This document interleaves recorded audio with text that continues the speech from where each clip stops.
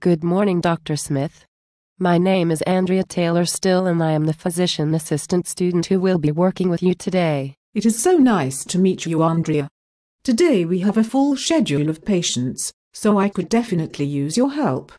Our first patient is a 1-week follow-up. Last week Mrs. Jones brought in her baby for a 9-month checkup. How was the baby doing at the time? The mother was concerned that her baby was not growing as quickly as she was previously. When we weighed the baby, she fell below the 3rd percentile for her age. What would you include in your differential diagnosis with just that much information? I would suspect many things. First, failure to thrive due to lack of nutrition. The baby could also have constitutional growth delay. She could have some sort of eating disorder such as bulimia or anorexia. Does the baby have fetal alcohol syndrome or was she premature? No. Previously the baby was healthy and growing at a normal rate. She was always a small baby, however she was typically in the 15th percentile for her age. You have a very thorough differential. Did Mr. Rust teach you how to come up with those? Ha ha ha ha ha ha. He does love differential diagnoses. Oh, that is a very concerning finding. What important questions would you have liked to ask the mother? I would want to know if there had been a change in the baby's eating pattern and if the baby had been sick recently. I would ask about the amount the baby was eating at each feeding and how much she was consuming each day. Those are very good questions. The mother said that she is in the process of switching from breastfeeding to solid food. She had previously been breastfeeding at least 7 times per day. She is now only breastfeeding 4 times per day and trying to give solid foods throughout the day. The baby has not been sick. At what age did she start trying to incorporate solid foods? I know that according to the American Academy of Pediatrics, the baby should be exclusively breastfed up to 6 months of age. Did the mother say if the baby has been spitting up and vomiting more often, or is the baby just refusing to eat? I like the way you are thinking.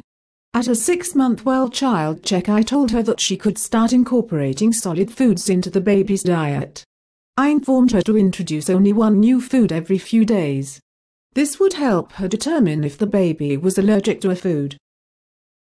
A week ago when I saw her, she said that the baby was not spitting up or vomiting, but when given solid foods, she just seems to play with the food and they are not really sure how much she is actually eating. It sounds like she is interested in eating but does not understand that it is food and not a toy. Do you know the normal caloric intake of the infant?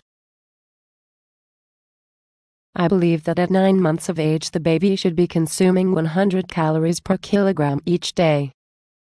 That is correct. You are such a smart PA student. So at this point, what is your primary diagnosis? I would call this failure to thrive. Very good. What are the 2 types of failure to thrive and which is the most common? The 2 types of FTT are organic and non-organic. Non-organic is the most common. What are some common reasons for non-organic FTT and what should you be concerned with? Well, lack of food can be a problem in some of these cases. This can be due to poverty, poor understanding of feeding techniques, improperly prepared formula, or an inadequate supply of breast milk. It can also be caused by lack of stimulation. This typically happens with caregiver depression, poor parenting skills, when the mother has hostile feelings toward the baby, and stressful family dynamics. I think it is always important to keep neglect or child abuse in mind. Yes. That is exactly what I concluded. In this case, the mother was unaware that she needed to continue to breastfeed the same amount as before while introducing solid foods. After getting a feel for the home dynamic, I was not concerned with neglect at the time. I told her to increase her breastfeeding back to at least 7 times each day and keep a record of when and how long each feeding took place. So hopefully the mother has taken my advice and the baby's weight is beginning to increase. If the baby's weight is not rising, what is your plan of treatment? First, I wasn't finished talking.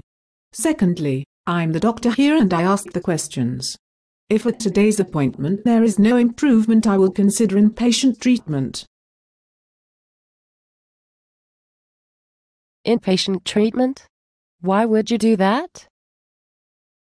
Well, in an inpatient setting we will be able to observe the mother and the baby to further evaluate the mother's parenting skills. If the mother is doing a good job feeding and the baby is not having mechanical problems with the feeding process, there could be an underlying problem. We will order labs such as a CBC with differential, ESR, BUN and creatinine, and a stool analysis. The treatment will depend on what we find to be the cause of the FTT.